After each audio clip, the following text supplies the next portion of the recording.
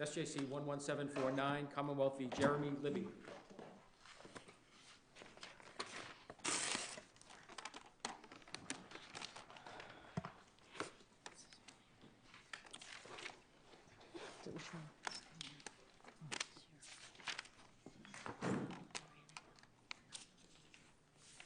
Oh, yes. Yeah. Good morning, Ms. Montori. Good morning, Your Honor. May it please the Court, I'm Jane Montori, an Assistant District Attorney in Hampden County, representing the Commonwealth and the Commonwealth's appeal from the allowance of the motion to suppress two statements of the defendant. One statement was given on June 27th of 2012, the other on June 28th of 2012. The Commonwealth will address the Miranda issue and the voluntariness issue of both statements. To set the stage here, on June 27th, there had been a complaint by a young child who the defendant considered to be his daughter. She was not his biological daughter, but he considered her to be his daughter, of an improper touching. And he came to the police station voluntarily and was told that he was a suspect, but the questioning in this case was very much controlled by the defendant, and he in fact left the station at the end of the questioning on that date. The motion judge found that the defendant was not in custody, but because the officer had given the defendant Miranda rights, and because the defendant indicated that he was thinking he might need a lawyer, the judge found a violation of the Miranda rights, and the Commonwealth considers that to be an error, particularly based on cases of this court such as Groom, the more recent case of Molina. Yeah, you know, it's a really interesting question because there's damage to giving Miranda rights if Miranda rights are not going to be scrupulously observed. Because there's all sorts of language in case law that talks about how that basically keeps people from exercising their rights once the interrogation in fact turns custodial. Right. And so there's a downside to giving Miranda warnings when if you don't have to comply with, if somebody says you could take this to a further extent. I mean, suppose you gave Miranda warnings. It's not in a custodial setting. The person says, "I want to have a lawyer." Clearly, unambiguously, there's no question about it, and the police don't do anything but just continue to ask questions. I guess you're saying our case law says that's okay. In a non-custodial setting, that's okay. You give them Miranda warnings, yes, and they become meaningless. In other words? Well, they become meaningless for purposes of the Fifth Amendment. They're not meaningless for the voluntariness consideration. And the court has said on more than one occasion that if there's a possibility that the interrogation will become custodial, as a prophylactic measure, the defendant should be given Miranda warnings. And I think if you view the video recording of this statement in this case, that was the situation here. There's mention of the complainant being at the hospital at the time. So it's reasonable to infer that the officer thought that he may get information that leads to the defendant's arrest on that evening. So as a precaution, he gave him Miranda at the outset. I take it the only real right here that isn't exactly correct, I mean, the individual does have a right not to answer any questions, right? So we can say, yes. You just told me I have a right to answer any question. I'm not going to answer any questions. And, but he doesn't have the right essentially to appointed counsel. That's correct. So that's really the nub of this. He doesn't have a right to appointed counsel. He has the right to remain silent, but the Anything he police, says can be used against him, that's all true. but the police don't have to honor that. I mean, he could get up and walk out of the room. Well, here the police told him, I take it, Sergeant Haley said to him, you can stop the interview anytime you want. Yes, So he had the right to remain silent, and that was well defined for him. yes, it was. In fact, if you view the video, the defendant had his cell phone and his wallet in front of him. And I think that's a real indication that he was not in custody. Yeah, I mean, we take it that he wasn't in custody, I think, but, so, starting from that premise, so your position is, just on the Miranda part, and what Justice Corey is saying is counsel is the only real one that doesn't exist anyway. In other words, you wouldn't be told it, but you don't have to talk to police. You can stop at any point in time, whether or not you've been given Miranda warnings, but it's only when it's in custody that you have a right to a lawyer. Yes, and that's for protection of the self-incrimination. So your position is, okay, he gives these, and the fact that, well, would you say in that instance, I guess you would, that if Mr. Libby had been very, rather than equivocal, had been very definite, I want a lawyer right now, and if the police officer had said, well, I know I just told you that you're entitled to do that, but actually you're not, that would be okay? Technically, yes, because he's not in custody. The linchpin is custody. Is there custodial interrogation? When there is, the Fifth Amendment rights of against self-incrimination and the safeguard to that, the assistance of counsel, that's when they come into play. I mean, there's always a right to not to incriminate oneself, but this right to have a lawyer brought for you is really the special prophylactic right Yes, that is triggered by custody. yes. So the trouble is, though, what the police officer is doing in reading the Miranda rights, saying you have a right to a lawyer, is false. Well, it would be false if the person wasn't in custody.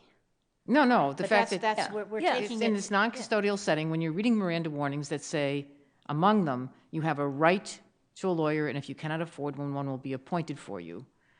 That's not true.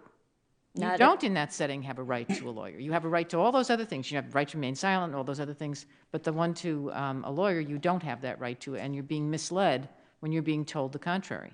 Well, you could call a lawyer. You don't have a right to appointed counsel.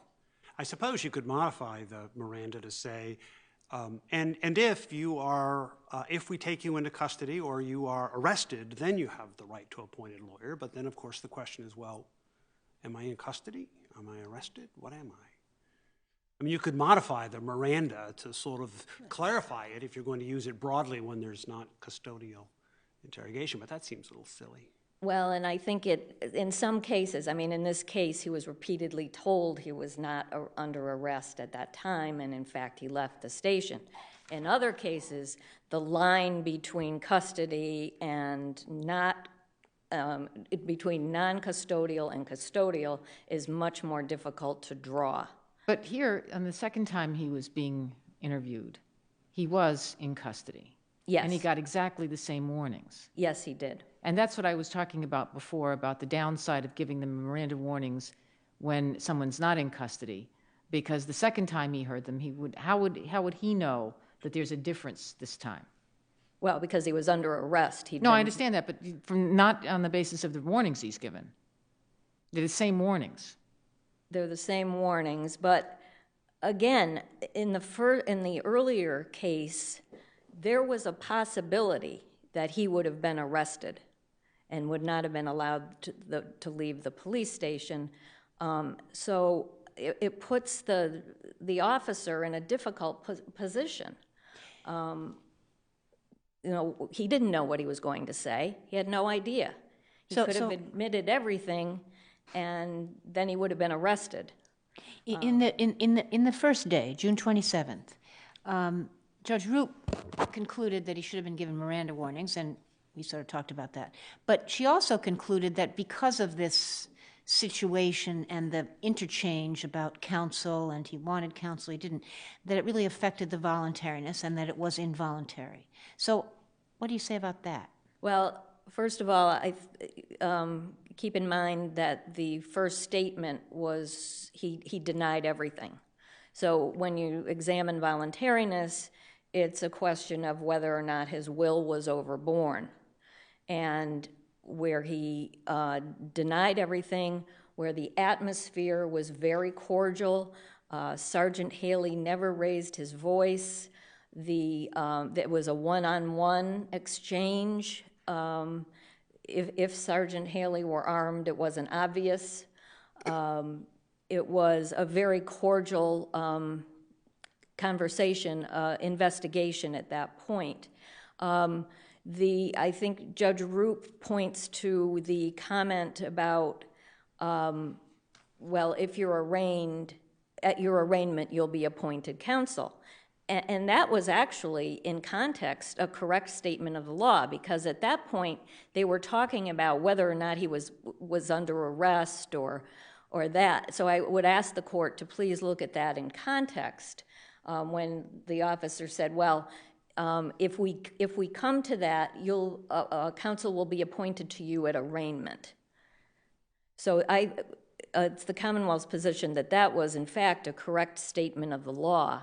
Correct, but not in keeping with the Miranda warning earlier given. Well,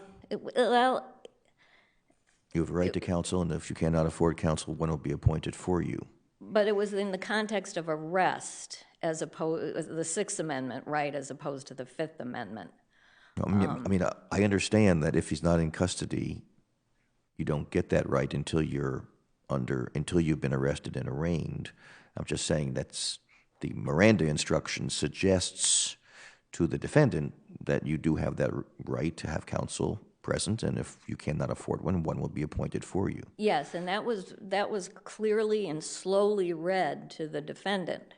But in the context of the arraignment, they were talking about whether or not he was But I guess under what's the arrest. consequence to us? What do we do with the fact that the defendant is first told you have a right to counsel and we'll appoint one for you, and then when he says, I might want counsel, he says, well, you can get one upon arraignment if we arrest you. What do we do with that? Again, you look at it in the context of where it occurred in this case, and I believe it's the Hilton case that says that a defendant's misunderstanding of Miranda doesn't by itself make the statement involuntary. Let me shift to the June 28th statement. That was clearly a custodial. That was clearly a custodial interrogation. And he received the Miranda warnings. Yes, he did. And he again said, well, I might need a lawyer. He was musing over the question of the lawyer. After he waived his rights, yes. But he was musing over it, and then Haley sought some clarification about whether he wanted the lawyer, and that was fine. And the defendant asked him how long it would take to get a lawyer, and Haley said, they don't just come running out and sit down in an interview. Okay, if you want a lawyer, then I'll stop the interview and you'll have the right to call an attorney. And the defendant is saying that this is not really a correct statement of the Miranda warnings, because now that it's custodial and Miranda applies, he has a right to have a lawyer appointed for him. It's far greater. He enjoys a far greater right than having to call a lawyer himself. That this was a misstatement of that Miranda warning. What do you say about that? Well, that particular piece of it, I would say, it's never been made clear how an indigent defendant who's giving a statement gets a lawyer. Yeah, we don't have a real mechanism, a good mechanism in place. But when he says you'll have to get a lawyer, as opposed to we will have one appointed for you, and if the defendant says, "Geez, that's great, I'll take my appointed lawyer. I'd like to talk to somebody," then the police basically have to shut down the interview because there is no mechanism for getting a lawyer. Right, and that was made clear to him, though, in this whole exchange, that he could stop any time. Yeah, but he could stop because he had a right to remain silent. Right, but also in the context of the lawyer. But he didn't tell him, as in Hoyt, where the inference was, you're going to have to pay for your lawyer. That was never said here. They had talked about, he had given him his Miranda rights again. The defendant did have a history. He'd had what appears to be at least an arrest for OUI, perhaps a conviction, because at one point he said he just got that cleared up. But at that point, I think in context, it was clear that he could stop until a lawyer either showed up or he called one. He'd have to call one. He'd have to call one. That's what the statement was, that he'd have to call one. Right. And that's like Hoyt. Well, except he didn't say he'd have to pay for one. He said he'd have to call one. But don't you think that's implicit? I don't think so. Really? Well, in context of the way the Miranda warning is worded. Well, if you're told they don't come running here, you have to call one, and you've also been told you'll get one at arraignment, there's a sort of period of time there where it's not clear who pays. I don't know. Well, except in the Miranda, it's clear that if you can't afford one, one would be appointed. Thank you. Thank you very much.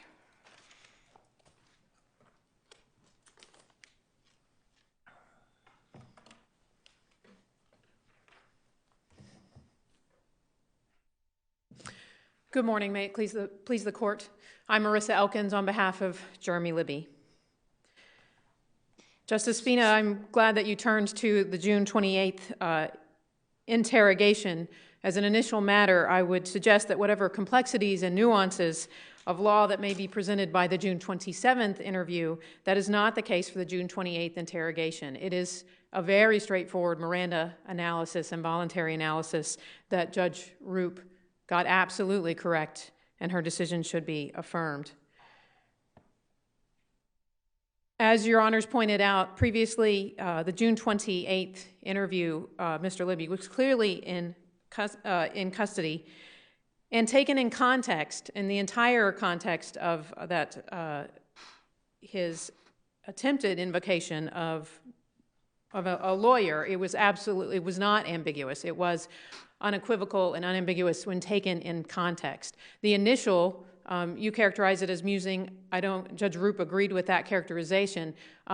Taken in isolation might be musing, but of course what proceeded from that initial statement of I think I might need a lawyer proceeded a whole line of questioning that was contrary to this court's decisions and guidance provided in Commonwealth v. Santos and the Hoyt line of cases, Your Honors.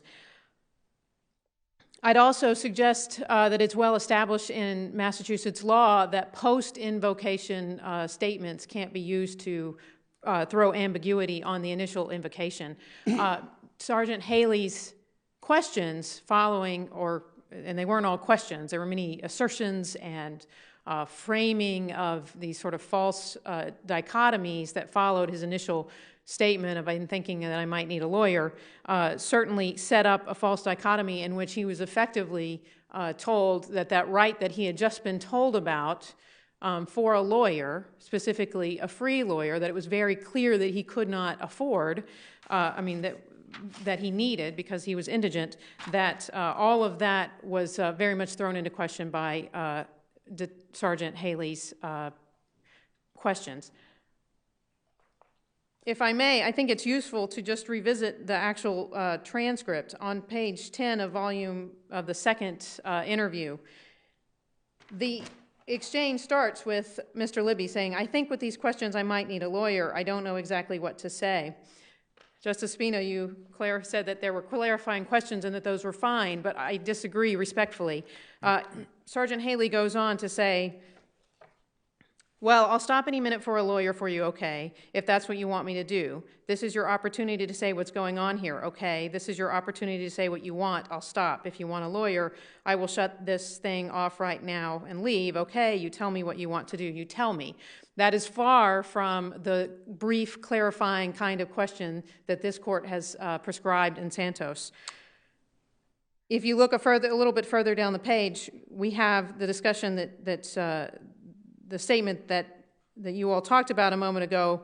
How long would it take to get a lawyer here or an attorney? I would suggest in the context of, specifically, when he finally did get to a question of, do you want a lawyer, this was his response, Mr. Libby's response. I don't think that's unclear. I don't think it can be taken as unclear.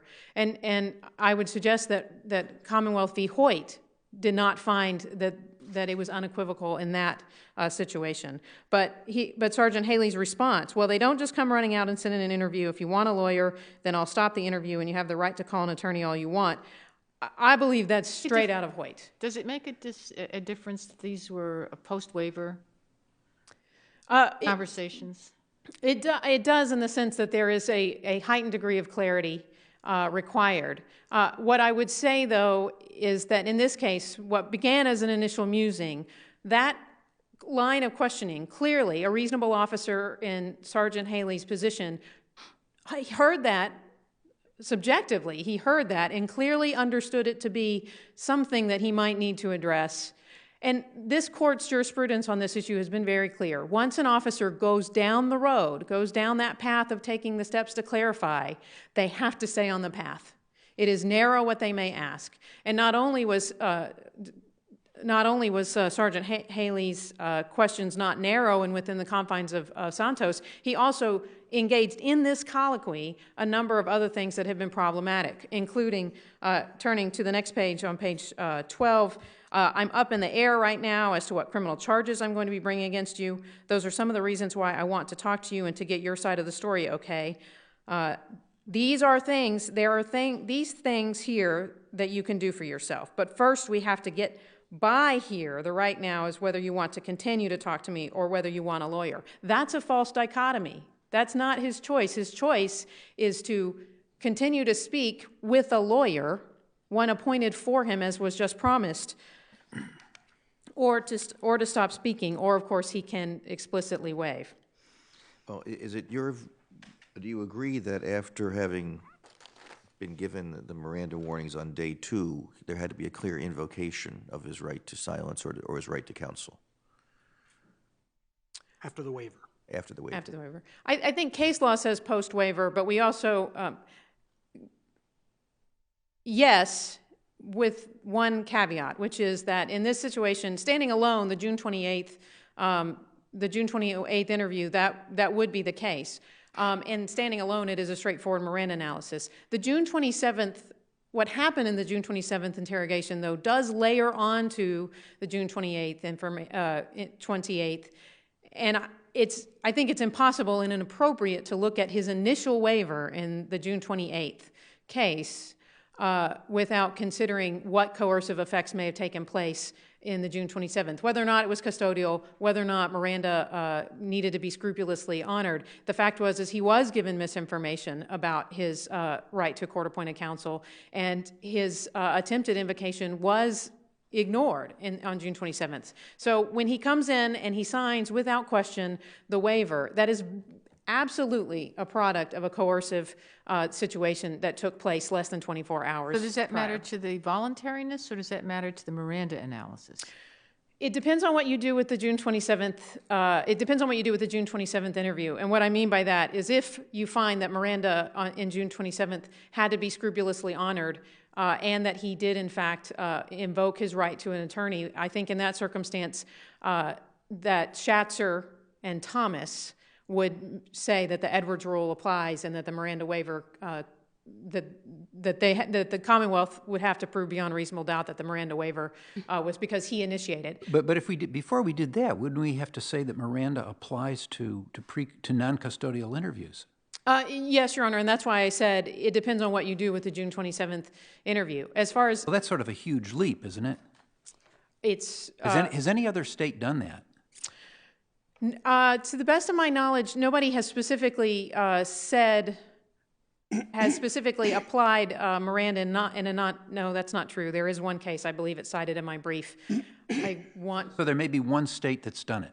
Yes, but that's correct. So there's not this is certainly not a huge amount of jurisdictions out there that are handling it this way. What there is a tremendous split in jurisdictions on, though, is whether or not if Miranda is given in the non-custodial situation, where, if at all, does that factor into the analysis? It is the questions you're asking. Voluntariness. Into what analysis? Voluntariness? Well, both. Jurisdictions have come down on a few sides of this. Some, I believe, the Bautista case that decided in my brief and that was cited in my original memo to the trial court, takes one split, which is to apply it to the custody analysis, which is what we have suggested here. There have been other courts that have taken it and have said it doesn't matter at all, ignoring the coercive effect of giving Miranda and saying that it would discourage officers from giving Miranda and taking this prophylactic measure. I don't think that approach would be consistent with this court's jurisprudence on Miranda, and I also think it would fall short of the protections of Article 12, which I think are very clearly broader here than what's afforded by the Fifth Amendment. Well, wouldn't we prefer that this be explained even in a non-custodial setting, even if it might not be completely accurate with regard to whether appointed counsel would be provided in a non-custodial setting? I think that if you're Jeremy Libby and you spent the night in your truck the night before and are absolutely destitute, holding out a false promise of custody, of counsel, is not in custody. You're not under arrest. You have the right not to answer any questions, and you do have the right to consult with an attorney, right? All of that's being told to him. You just don't have a right to have the state, go out and appoint an attorney for you at this point. I agree in the That makes this custodial? That makes this somehow involuntary? Yes, involuntary, as Judge Roop correctly found. On the question of the Miranda in the custody, this is the most nettlesome part of the Miranda waiver for the non-custodial situation, is the indigent client, the indigent accused who needs an attorney and wants an attorney. And in that case... So what should the police say? Let's say they give the Miranda and he says, I think maybe I would like an attorney. How can you provide me one? Would the answer be, well, if we arrest you, the court will appoint one for you? Is that an accurate answer? I think that is... No, I don't think that is accurate. It's accurate in as far as, yes, one will be appointed when you are arraigned for the Sixth Amendment purposes, but Miranda... Arrested. What if you just use the word arrested? Yes, if we arrest you, you will get a court-appointed lawyer. I think that, well, that's what Miranda requires, and that's what Miranda does. And in fact, you've talked about there's if the answer to the question is, well, if you want a court-appointed lawyer, if we arrest you, you'll have a right to have a court-appointed lawyer. No, I don't think that would be the response that should be given? No, I don't think that that's the response that should be given. I think that's the one right in Miranda that if it's given in the non-custodial situation, the Commonwealth has to affirmatively do something to honor. And in that case, I think that the Commonwealth should have an affirmative duty to end it, to send... Or just to explain. To affirmatively send the person on their... Or why not just to explain? Well, if it's explained correctly, and I would disagree that arraignment is the only point at which it attaches. I said arrest. I'm sorry, do what? I'm saying in this situation, if this individual said, I really do think I would like a lawyer, I can't afford one, I'd like a lawyer, would it be inaccurate for the officer to say, well, if you are arrested, the court will appoint you a lawyer? But no, I don't think that's inaccurate. In fact, that's what the person has just been told if they've been given Miranda warnings. I do think if this is an explanation now that they've said maybe they'd like to have a court-appointed lawyer. That it's explained that actually doesn't apply right now, but if you're arrested, it does. Yes, and if the person says, I do want a lawyer, I cannot afford one, at that point, I think that there's an affirmative duty to send the person on their way. In response to the questions you all had a moment ago about what is the manner in which we do something about this, it is not the case, actually, that there is no way to provide an attorney in the pre-arraignment situation. Let's put aside the question of custody. GL 211, the CPCS enabling statutes, 211D, Section 5, specifically enables CPCS to appoint counsel prior to arraignment. And in fact, it is done. So do they do that in all cases, or is it only in homicide cases? They have the enabling statute allows it doesn't distinguish any particular kind of case. And while I don't wish to venture out of the record, I suspect that if a person in Mr. Libby's position were to call up or were to say, I can't afford an attorney and I want an attorney, as he did here, that if contact were made with the CPCS office, whether it be by the police, or in the non-custodial situation, I would suggest that if they're perhaps the person should be sent on their way, and perhaps they should be sent on their way with the number of the local bar advocate or CPCS office. It's absolutely within the statute, the enabling statute. Sent on their way. Yes, Your Honor. Opposed to, here's the number for the local public defender's office, you're welcome to call them. You mean I have to wait for a lawyer and stuff? You don't have one like on site? Well, Your Honor, if that hypothetical question were to arise, then I suppose it would have to be dealt with within the Hoyt-Santos line of questioning. But I do think that where there is the one enumerated right in Miranda that must be affirmatively provided by the Commonwealth, it can't just be ignored. Let me ask you, you have suggested that going forward, that whenever there Miranda warnings coupled with the solicitation of a waiver of those rights happens, this should create a rebuttable presumption of custody for the purposes of Miranda. Do you know if anyone else has adopted such a way forward? No, Your Honor. It would admittedly be an expansion of the law that would be unique. And can I ask you another question? What happens then when the way around this is simply to read somebody Miranda warnings but not solicit a waiver yet?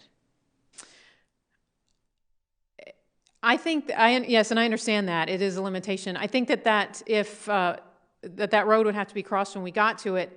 However, I still think that in the situation where police are creating what I would call a nominally non-custodial situation, where it looks like custody, waddles like custody and quacks like custody, that if they're actively doing things to make it look not like custody just for the purposes of not honoring Miranda, then we'll be back here again in that situation, and it will leave open a potentially narrow area of law.